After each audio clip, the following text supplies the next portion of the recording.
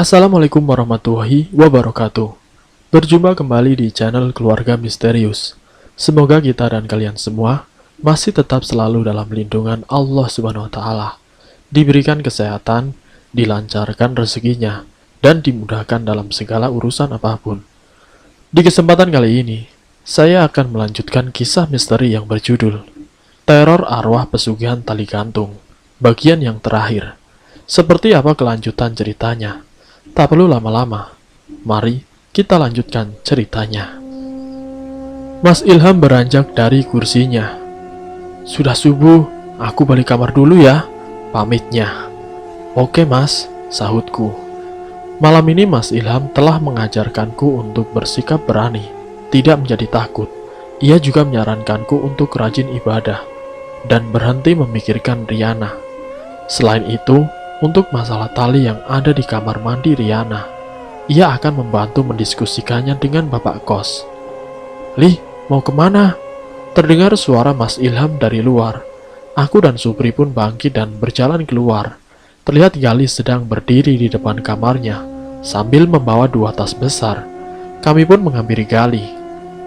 Lih, pagi-pagi seperti ini kamu mau pergi kemana, Lih? Tanya Mas Ilham lagi. Aku mau ke kosan teman, mas, balas Gali. Wajahnya tampak pucat dan ketakutan. Ini pasti ada hubungannya dengan Riana. Kamu diganggu juga.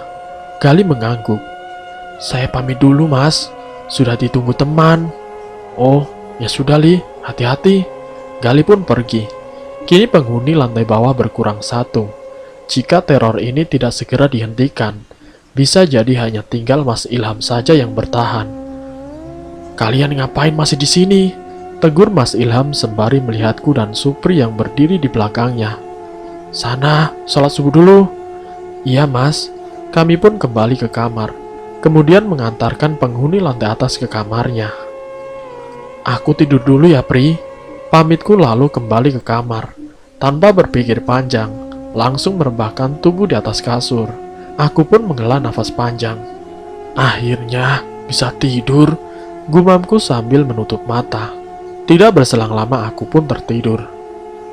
Bal, bangun Bal. Kurasakan sentuhan di pipi. Gumamku dengan mata tertutup, lalu menghadap tembok dan menutup telinga dengan guling. Seseorang menarik gulingku dengan cepat. Brak! Lalu membenturkannya ke kepalaku. Sontak aku langsung membuka mata. Nah, bangun juga akhirnya, ucap Petra yang sedang berdiri di samping kasur sambil memegang guling. Aku masih ngantuk, Pet, omelku. Ada yang mau ngomong sama kamu. Siapa sih, Pet? Itu.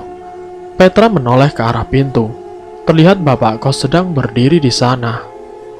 Maaf mengganggu tidurnya, Dek Iqbal, ucap bapak kos. Seketika itu aku bangun dan duduk di atas kasur. Nggak apa-apa, Pak, balasku. Ada yang mau bapak omongin, ditunggu di ruang tamu ya, kata bapak kos. Iya pak, jawabku mengangguk. Bapak kos pergi ke ruang tamu. Kutatap Petra yang masih berdiri di sampingku. Ada apaan sih Pet? Tanyaku. Sepertinya Mas Ilham sudah menceritakan curhatan kita semalam, Bal. Ditambah ada kabar dari Gali dan Gina yang izin mau pindah kosan. Hah? Gina mau pindah kosan? Iya, aku juga sempat kaget pas dia ngomong di grup WA. Kalau Gina kan sudah jelas pindah karena apa. Nah, si Gali, aku pikir dia adem ayem saja. Ternyata diteror juga. Kamu baca saja di grup WA. Dia sudah cerita semuanya. Oh, ntar deh. Dah, aku mau ke kamar dulu. Ngomong-ngomong, gimana caranya kamu masuk kamar? Kan kuncinya aku gantung di pintu. Kamu tidak kunci pintunya, Bal, saut Petra berlalu keluar kamar. Aku pun bangkit berjalan ke kamar mandi untuk mencuci muka, kemudian pergi ke ruang tamu. Di sana sudah ada bapak kos, Pak Karta dan juga Pak Ustadz yang menunggu. Tidak terlihat satupun anak kosan, termasuk dengan Mas Ilham. Duduk sini, Bal. Bapak kos memintaku untuk duduk di sampingnya. Sekali lagi, maaf sudah mengganggu tidurnya, imbuhnya. Tidak apa-apa, Pak. Bapak sudah mendengar cerita dari Dek Ilham dan Petra, Ujar bapak kos. Aku berharap Petra tidak menceritakan masalah mabuk-mabukan itu. Katanya Dek Iqbal punya hubungan spesial sama almarhum Riana ya? Tanya bapak kos. Enggak pak, saya malahan baru tahu kalau Riana suka sama saya. Laku.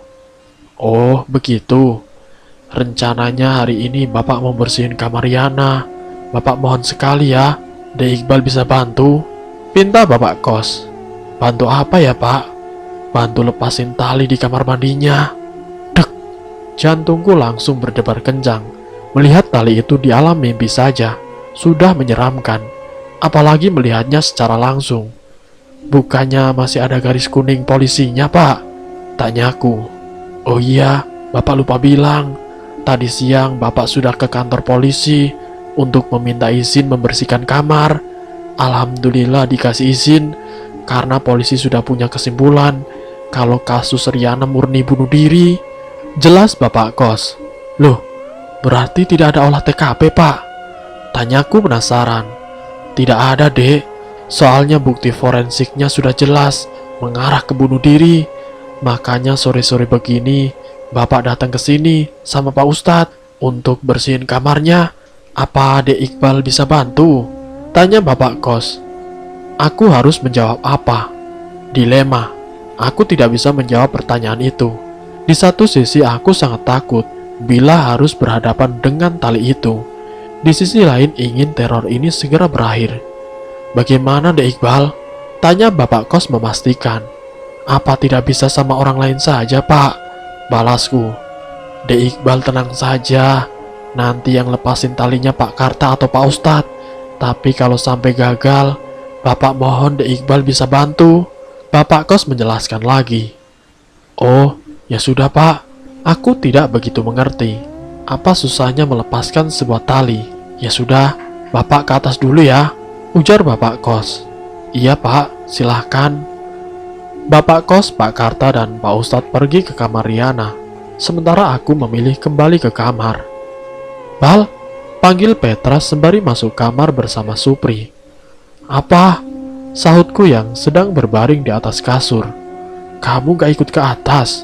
Tanya Petra. Tidak, Pet. Terus kamu tadi ngobrol apaan? Tanya si Petra. Aku juga penasaran, Bal. Ucap Supri. Bapak kos cuma minta tolong untuk lepasin tali di kamar Riana. Kalau misalkan Pak Karta dan Pak Ustadz tidak berhasil, jelasku. Masa lepasin tali doang tidak berhasil? Sahut Petra. Nah makanya, aku juga heran, balasku. Ya coba tunggu saja, siapa tahu memang beneran tidak bisa. Timpal si Supri. Masalahnya aku lapar banget, Pri. Aku mau makan di luar, ucapku. Ya keluar aja dulu. Kamu sudah makan belum, Pet? Tanyaku. Sudah, Bal. Bah, curang kamu tidak ngajak-ngajak. Ngajak bagaimana? Orang kamu aja tepar tidak bangun-bangun. Ya sudah, ntar kalau bapak kos nyari, bilang saja lagi makan di luar. Ucapku sembari mengambil tas lempang. Oke, balas si Petra. Aku berjalan keluar kamar. Kamu berdua mau di sini? Tanyaku berdiri di dekat pintu. Iya. Supri dan Petra pun keluar kamar. Saat aku kembali lagi ke kosan, terlihat Petra sedang berdiri di teras. Wajahnya tampak gelisah.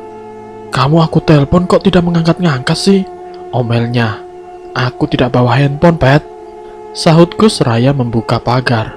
Memang ada apaan sih? Tanyaku penasaran. Bapak kos nyariin kamu. Hah? Ada apa ya? Ya mana aku tahu. Dia cuma bilang kalau Iqbal datang suruh ke atas. Waduh, jangan-jangan Pak Karta tidak berhasil melepaskan tali itu. Ye malah diam saja. Buruan, tegur Petra. Iya Pet, sabar, jawabku. Kami pun melangkah ke dalam. Terlihat para penghuni kamar atas sedang duduk di ruang tamu. Wajah mereka sama gelisahnya dengan Petra. Aku punya firasat buruk. Pasti terjadi sesuatu di kamar Riana. Loh, kamu gak ikut? Ucapku saat Petra tidak ikut menaiki tangga. Yang disuruh naik cuma kamu doang, balas Petra. Kutarik tangannya.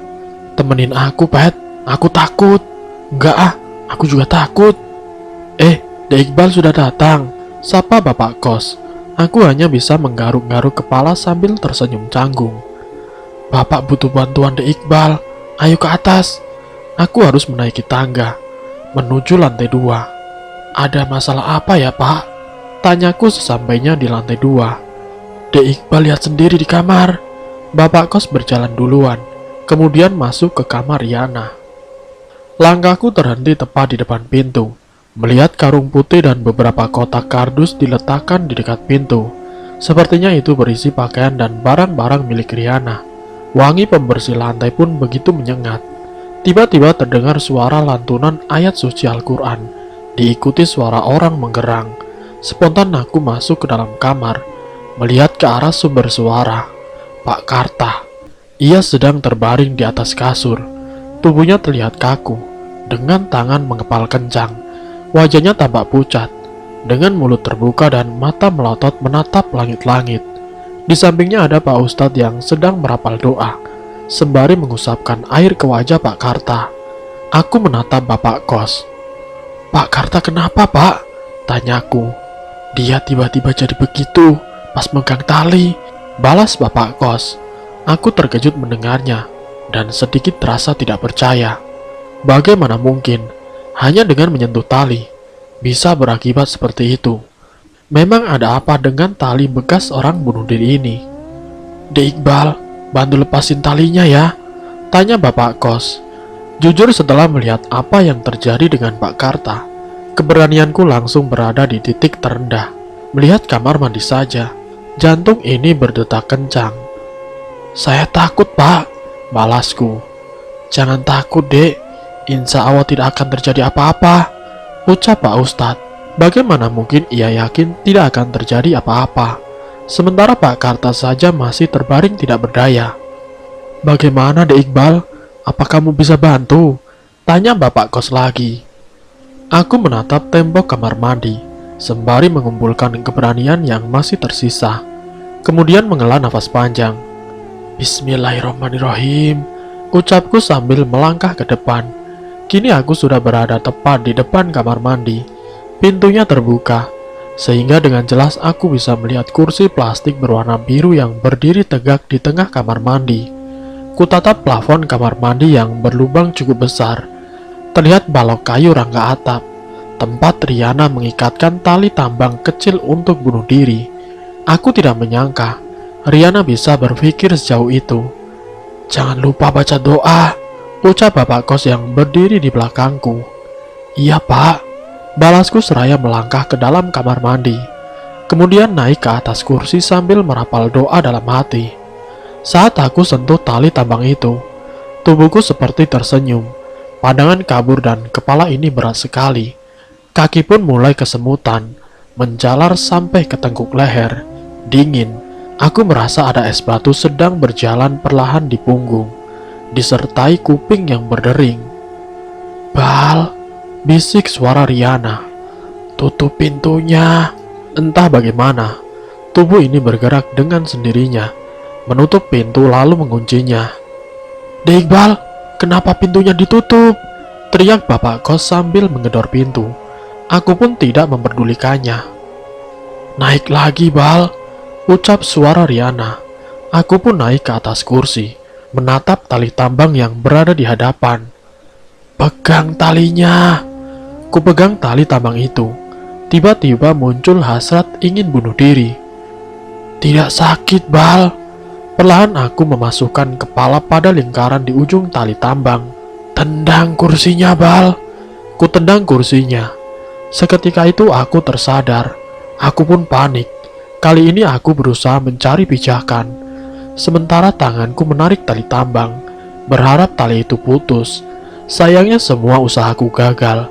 Sementara jeratan di leher terasa semakin kuat. Aku mulai kehabisan nafas. Sesak sekali. Dada ini seperti terbakar. Aliran darah ke kepala sepertinya sudah berhenti, hingga membuat kepala ini pusing sekali. Tubuh ini sudah mulai lemas dan bergerak tidak beraturan. Kejang, kurasakan air liur menetes di sudut mulutku. Perlahan pandanganku mulai meredup. Kini aku hanya bisa pasrah. Sebelum kesadaranku benar-benar hilang, terdengar suara pintu dibanting cukup keras. Brak! Dek Iqbal! Bal! Samar-samar terdengar suara orang memanggilku. Saat membuka mata, ternyata aku sudah dalam posisi tergantung di pohon besar. Di dekatku ada Riana dan Pak Karta. Bedanya tangan dan kaki mereka terikat, sementara aku tidak. Bal! Panggil Riana. Entah kenapa meski leherku terjerat, tapi tidak ada sedikit pun rasa sakit. Aku menoleh kepada Riana. Bajunya terkoyak-koyak dengan tubuh dipenuhi luka berdarah. Sepertinya ia habis disiksa. Kamu harus pergi dari sini, ucapnya lagi. Dek Iqbal cuma perlu baca doa, nanti talinya bakal putus, sahut Pak Karta. Baca doa? Doa apa? Aku sama sekali tidak ingat satupun doa. Ayo Bal, coba ingat-ingat lagi, teriak Riana. Setiap kali mulut ini mencoba berucap, suaraku selalu tertahan di tenggorokan. Aku tidak bisa, ucapku sambil tetap berusaha. Ku coba mengucapkan lafal Allah, tapi lidah ini seakan kaku. Kamu pasti bisa, Bal. Riana memberiku semangat. Kenapa begitu sulit? Ayo deh Iqbal, sebelum mereka datang, ucap Pak Karta. Allahu Akbar, teriakku sekuat tenaga. Tali gantung tiba-tiba putus dan aku terjatuh ke tanah. Pergi Bal, perintah Riana. Namun aku tidak langsung pergi, memilih untuk menyelamatkan Pak Karta terlebih dahulu. Kulepaskan ikatan di kakinya, lanjut bagian tangan dan lehernya. Ia pun kini terbebas. Ayo Pak, aku mengajak Pak Karta pergi. Bukannya pergi, ia malah ingin menyelamatkan Riana. Jangan Pak, dia jahat, cegahku seraya menarik tangannya. Bukan Riana yang jahat deh Iqbal, tapi Bapak, sahutnya memaksa melepaskan ikatan di kaki Riana. Aku tidak mengerti ucapannya. Pak Karta jahat, padahal gara-gara ulah Riana, ia sampai terkapar tidak berdaya. Ikatan Riana berhasil dilepas. Kutatap wajahnya dengan penuh kebencian. Gara-gara ia, aku berakhir di tempat yang aneh seperti ini. Tempat yang benar-benar mengerikan. Sebuah pohon besar yang dipenuhi orang tergantung. Ada yang sudah tidak bergerak, ada yang berteriak meminta tolong, ada pula yang tubuhnya dipenuhi luka, sama seperti Riana. Entahlah, tempat macam apa ini. Terdengar suara tawa melengking. Dek Iqbal, cepat pergi, ikut sama Riana, perintah Pak Karta. Tidak Pak, aku tidak mau pergi dengannya, jawabku. Percaya sama Bapak, pergi sama Riana, ujar Pak Karta. Ayo Bal, ikut aku, ajak Riana. Ia berlari ke arah hutan. Pak, aku menoleh ke Pak Karta yang berdiri mematung. Riana bakalan bantu kamu keluar dari sini, ujar Pak Karta. Tapi Pak, Dek Iqbal harus percaya sama dia. Suara itu kembali terdengar, tapi kali ini diikuti dengan kemunculan sesosok nenek berambut putih. Ia menatapku, lalu berlari dengan cepat ke arahku. Pergi Dek, ucap Pak Karta. Maafkan Bapak. Aku pun berlari, mengejar Riana. Kami berhasil masuk ke dalam hutan. Namun, kegembiraan kami tidak berlangsung lama. Terdengar suara melengking di belakang. Aku menoleh sebentar. Ternyata nenek tua itu sedang berlari mengejar. Tubuhnya terlihat tua renta, tapi larinya begitu cepat. Ayo Bal, terus lari. Jangan menengok ke belakang, teriak Riana. Aku berlari sekencang mungkin, masuk ke dalam hutan. Entah sudah berapa lama kami berlari, tapi tidak ada sedikit pun rasa lelah. Sepertinya sudah aman, ucapku. Belum Bal. Riana terus memaksaku berlari sampai langkah kami terhenti di sebuah sungai yang lebar dengan arus yang cukup deras. Ayo lompat Bal. Riana memintaku lompat ke sungai. Namun aku tidak seberani itu. Bagaimana bila nanti aku terhanyut? Tidak akan Bal. Cepat Bal, nanti nenek tadi keburu datang, ujar Riana. Aku akan lompat, asal kamu ngasih tahu Kenapa alasan kamu bunuh diri? Tanyaku. Sebenarnya aku tidak punya alasan untuk bunuh diri, Bal. Hidup aku bahagia-bahagia saja, jawab Riana. Tapi kenapa kamu tetap bunuh diri? Memang kenyataannya harus seperti itu, Bal, jawab Riana. Apa gara-gara penelitian kamu gagal dan kamu harus ngulang? Aku menerka-nerka. Riana malah tersenyum. Bal, aku ini jurusan manajemen. Mana ada penelitian sih? Yang ada itu magang. Riana bercerita kalau semuanya bermula dari tali tambang yang ia temukan di depan kamarnya. Saat menyentuhnya, ia merasakan hal yang sama denganku. Tersetrum dan kepala terasa berat. Lalu ia mulai mendengar suara-suara aneh di kepalanya. Suara itu memintanya untuk melakukan bunuh diri. Aku sudah berusaha melawan, Bal, tapi susah. Sugesti mereka terlalu kuat. Bahkan mereka sampai membuat aku punya alasan untuk bunuh diri, jelas Riana. Semua data hasil magang Riana tiba-tiba menghilang saat datanya sudah didapatkan kembali. Malah laptopnya yang mati total. Masalah demi masalah datang bertubi-tubi. Setiap malam ia juga bermimpi melakukan bunuh diri. Mimpi itu terus berulang-ulang, sampai akhirnya ia melakukan itu. Itu bukan tali tambang biasa, Bal, ucapnya. Maksud kamu? Aku tidak mengerti, Ri, tanyaku. Kamu merasakan sendiri kan pas pegang tali itu, ujar Riana.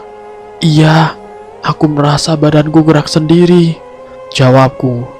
Nah, itu, soalnya tali tambang itu sudah diisi sesuatu, Bal. Diisi apa, Ri? Kamu lihat orang-orang yang digantung tadi kan? Iya, Ri. Mereka lah yang mengisi tali tambang itu, terus mengasih sugesti agar kamu melakukan bunuh diri, jelas Riana. Bukannya kamu yang membujuk aku melakukan itu, tanyaku. Dari awal aku tidak kemana-mana, Bal. Aku diikat di pohon tadi. Nenek tua tadi meminta aku untuk membujuk kamu, tapi aku menolak. Makanya aku sampai disiksa seperti ini. Terus yang gentayangan dan menyelakai anak kosan siapa? Tanyaku. Nenek tua tadi yang menyamar jadi aku. Dia itu kuat sekali, Bal. Dia adalah salah satu pemimpin jin pesugihan. Pesugihan? Iya, Bal. Ada yang melakukan pesugihan di kosan kita, ujar Riana. Siapa, Ri? Tanyaku penasaran. Pak Karta, jawab Riana. Apa alasan dia melakukan itu? Aku juga tidak tahu. Makanya kamu harus selamat dari sini, biar cari tahu sendiri, jawab Riana. Suara nenek tua itu kembali terdengar. Ayo melompat, Bal, pinta Riana. Bentar, aku punya satu pertanyaan lagi. Apa, Bal? Berarti yang masuk ke badan Gina bukan kamu? Bukan, Bal. Kenapa memangnya? Tidak, berarti ucapan Riana yang suka denganku hanya akal-akalan nenek tua itu saja, jawabku.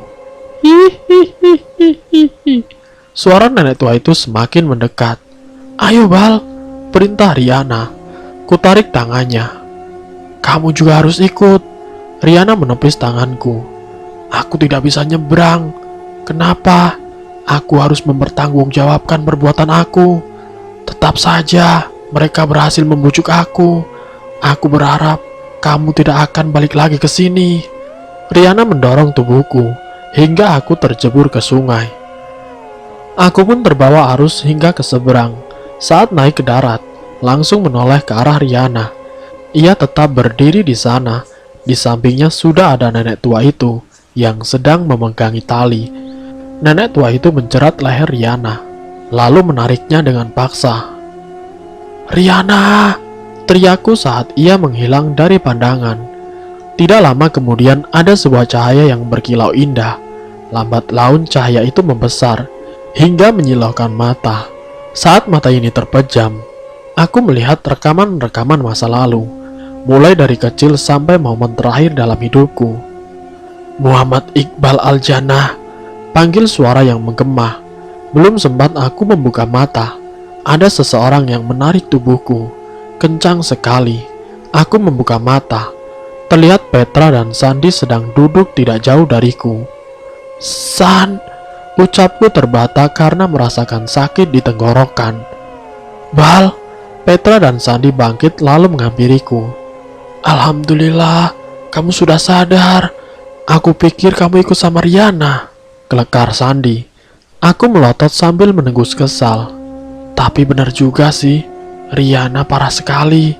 Definisi cinta di bawah mati, sampai ayangnya mau diajak juga, sahut Petra. Hah, sedalam itu cintanya. Harusnya dia utarain cinta sama Ayang Iqbal. Malah bundir duluan, timpal Sandi. Seandainya saja tenggorokan ini tidak sakit, aku pasti sudah memaki-maki mereka. Rasanya ingin sekali menarik botol infus lalu melemparnya. Ngomong Bal, jangan diam saja, ucap Sandi. Ku kepalkan tangan dan mengarahkan ke wajahnya, kemudian menunjuk tenggorokan. Oh, masih sakit. Ia mengeluarkan ponsel dari saku celana, lalu menyerahkan padaku. Kamu ketik aja di note, Bal. Aku mengetik sebuah pesan di note. Awas saja kamu berdua.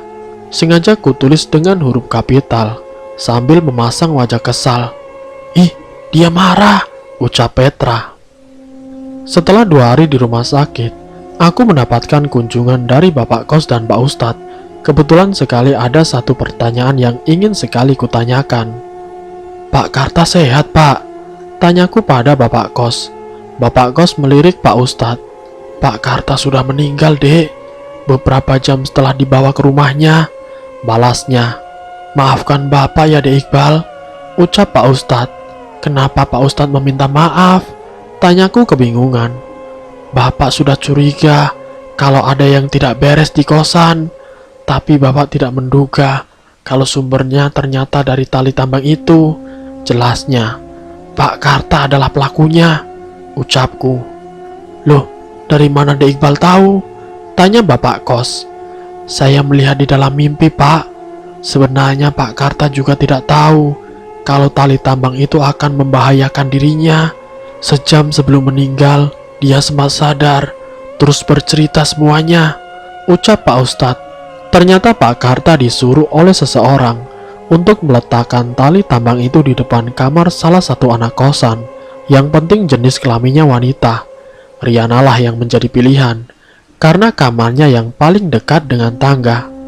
Siapa yang menyuruh Pak Karta? Tanyaku. Saingan bisnis Bapak, pemilik kosan juga, balas Bapak Kos. Sepertinya dia sengaja untuk menyingkirkan Pak Karta, biar tidak ada saksi. Untung Pak Karta sudah cerita duluan. Ya Allah, kok bisa setega itu sih, Pak? Ucapku. Zaman sekarang orang bisa melakukan apa saja demi menghancurkan usaha orang, Dek, sahut Pak Ustadz. Tega sekali, sampai orang yang tidak salah menjadi korban. Aku jadi kasihan dengan Riana dan Pak Karta. Setelah mengobrol sebentar, Bapak Kos dan Pak Ustadz mengantarku pulang ke kosan. Semua biaya rumah sakit sudah dibayar oleh Bapak Kos. Sesampainya di kosan, aku sudah disambut oleh Sandi, Petra, dan Supri dan anak-anak kosan. San, kamu ndak nelpon nyokap gue kan? Tanyaku sembari duduk di atas kasur. Enggak kok, santai saja, balasnya. Baguslah, aku takut kalau nyokap panik terus datang ke sini. Mana tiket Kalimantan Jakarta itu kan mahal. Aman, Bal. Oh iya, bagaimana kondisi kosan seminggu terakhir ini? Tanyaku. Sudah aman, Bal. Sudah tidak ada gangguan. Anak-anak juga sudah mulai pada balik ke sini. Palingan cuma Mbak Cici saja yang akhirnya benar-benar pindah, sahut si Supri. Syukurlah, berarti kosan bisa rame lagi. Kita bisa begadang lagi, menonton bola sambil... Pet, aku langsung memotong ucapan Petra. Sudah tahu arah pembicaraannya yang mau kemana. Masih belum kapok juga ini anak, sahut Supri. Pada ngomongin apa sih? Tanya Sandi. Tidak, jawabku Supri dan Petra bersamaan. Sebulan berlalu Bapak Kos akhirnya bercerita kepadaku tentang siapa dalang yang sebenarnya. Saya cuma cerita kepada Dek Iqbal saja ya. Tolong jangan dikasih tahu ke yang lainnya, ucap Bapak Kos. Oke Pak, pelakunya itu pemilik kos yang ada di ujung gang. Dia memang berkali-kali mencoba menghancurkan usaha Bapak. Contohnya kamar yang di samping tangga, dekat kamar De Iqbal, itu pernah dikerjain sampai tidak betah. Oh, pantesan kosong lama sekali. Tapi alhamdulillah, sekarang sudah ada yang ngisi.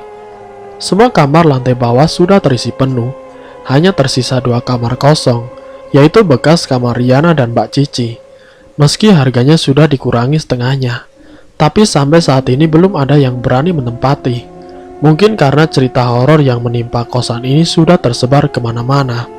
Bapak kos juga mengungkapkan, kalau yang dilakukan saingan bisnisnya adalah pesugihan tali gantung, pesugihan yang akan memaksa targetnya untuk melakukan tindakan bunuh diri.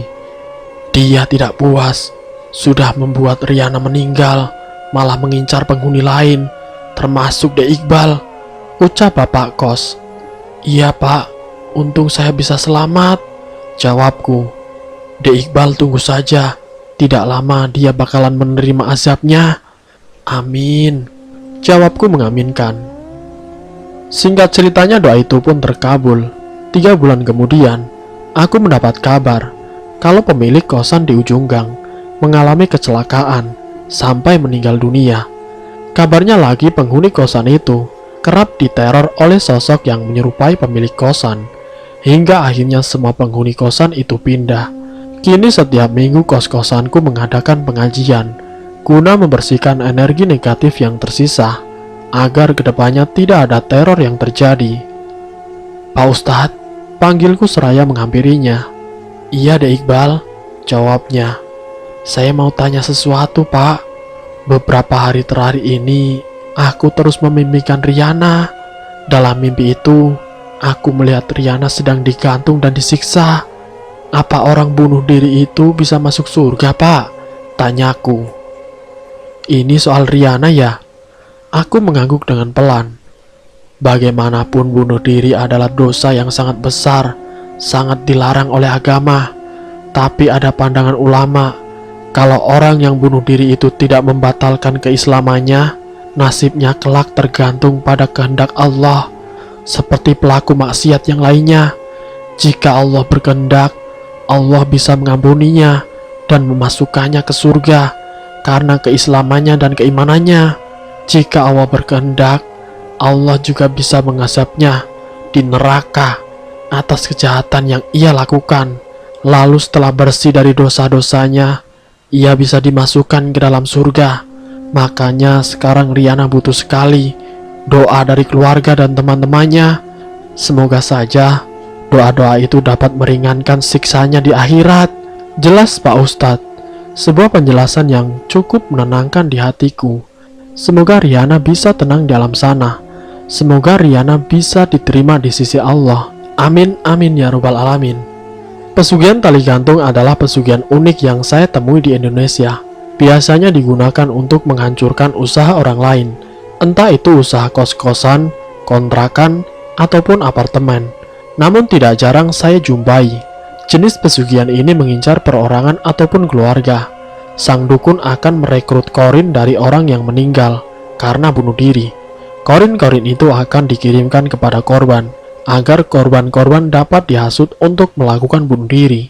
Jika korban berhasil dihasut, maka korinnya akan dibawa oleh jin pesugihan untuk dijadikan anak buahnya. Selanjutnya akan dipekerjakan kembali untuk mencari korban berikutnya. Iqbal adalah contoh orang yang beruntung karena dia bisa selamat. Banyak anak-anak muda lain yang tidak bisa selamat, sama seperti Riana. Mereka tidak memiliki alasan untuk bunuh diri, tapi dipaksa untuk melakukannya. Semoga kita terhindar dari pesugihan jenis ini, dan semoga kita selalu dalam lindungan Allah SWT. Terima kasih untuk kalian yang sudah mampir di channel kami. Jika kalian tertarik dengan video kami, silakan tekan tombol like, share, dan komen. Tekan subscribe untuk mengikuti video-video kami yang selanjutnya. Wassalamualaikum warahmatullahi wabarakatuh.